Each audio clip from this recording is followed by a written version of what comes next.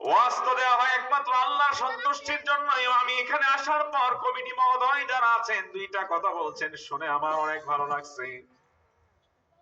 ওনারা আমাকে একটা কথা বলছেন, হুজুর এই ওয়াজটা দিয়েছি শুধু হেদায়েতের উদ্দেশ্যে, মানুষকে সুন্দর ওয়াজ শোনাবে। আমার কাছে অনেক ভালো লাগছে কথাটা।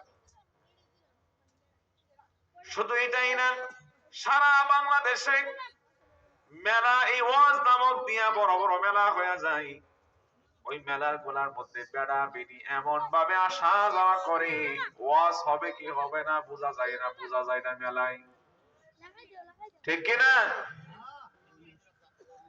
এই মেলাটার ভাইরা যারা আছেন, আমি অনুরোধ করে বলি, আপনারা যদি মুসলমান হন তাহলে আপনাদের ব্যাপারে আমার একটা নসিহত। কোরআনের কথা এটা, কাহারোর মাধ্যম দিয়া যদি কোরআনের আলোচনা কেউ না শুনতে পারে, তার দায় দাবি তার ঘাড়ের উপরে পড়বে। বুঝছেন কথা?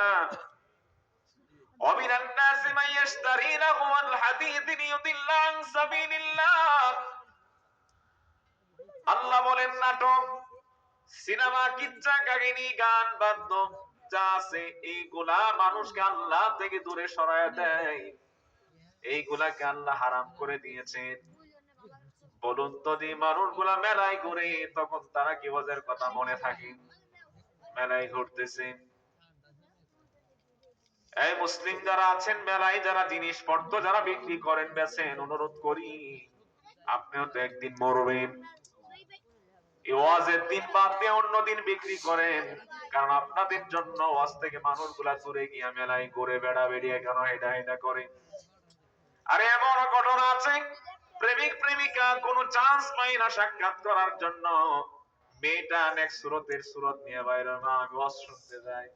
ছেলেও কয় টুপি মাথা দিয়া ওয়াজ শুনতে যায়, ঘর থেকে বের হয় ওয়াজের কথা হইয়া, মেলার মধ্যে দুইটা এক হয়ে যান। বুঝছেন কথা? বুঝছেন? আস্তাগফিরুল্লাহ। এই গুনাহ থেকে বাঁচতে হবে। আমার আজকের আলোচনা কিন্তু গুনাহ নিয়ে, সব গুনার বিরুদ্ধে সাক্ষী দাঁড়ায় যাবে। কে ওয়াজের মধ্যে হেঁটে হেঁটে আসছে আর কে মেলা থেকে ঘুরে গিয়েছে, বলেন পা জানে কিনা? কার কার পায়ের মাধ্যমে হেঁটে হেঁটে ওয়াজের মধ্যে আসছে, আর কে কে ওয়াজের নাম দিয়া হেঁটে হেঁটে মেলায় গেছে। আল্লাহ বলে, গোলাম, দুনিয়ার কোনো সাক্ষী লাগবে না, দুনিয়ার কাউকে লাগবে না, তোমার এই দুই পা তোমার বিরুদ্ধে চলে যাবে।